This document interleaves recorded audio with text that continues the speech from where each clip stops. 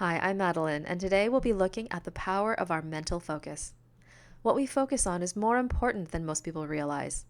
And this isn't just law of attraction stuff. Our brains are hardwired to find proof that what we already think is true, and this creates a bias in how we perceive our world. Here is an example of how this can impact someone with chronic fatigue. If that person spends most of the time thinking pessimistic thoughts about how they are never going to recover, how they will always be limited in what they can do, that they will never be free of fatigue, everything about that person changes.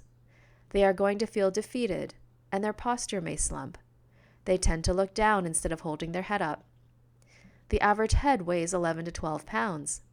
When the head is always tipped forward, this creates a major strain on their spine, impacting the balance of their entire physical body. Imagine holding up a bowling ball so that the ball is at the top and your hand, forearm, and elbow are in a straight line underneath. You could hold the ball for quite a while in this position. Now imagine tilting your arm a few inches.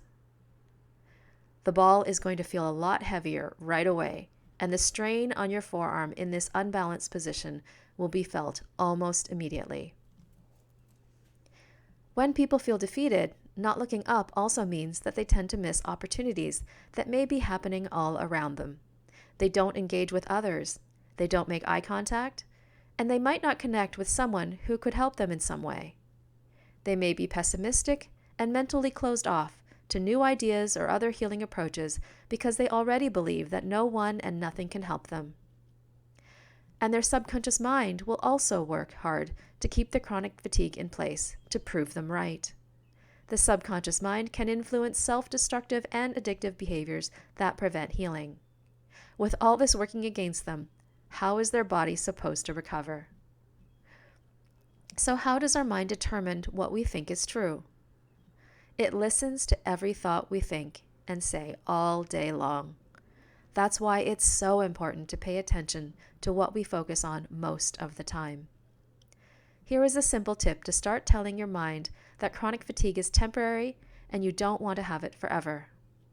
Pay attention to when you use the words always and never. Change always or never to today. For example, I'm always exhausted could change to I'm exhausted today and so I'm focusing on what my body needs to recover. Or I'll never be free of chronic fatigue could change to I have chronic fatigue today, so I am letting my body rest.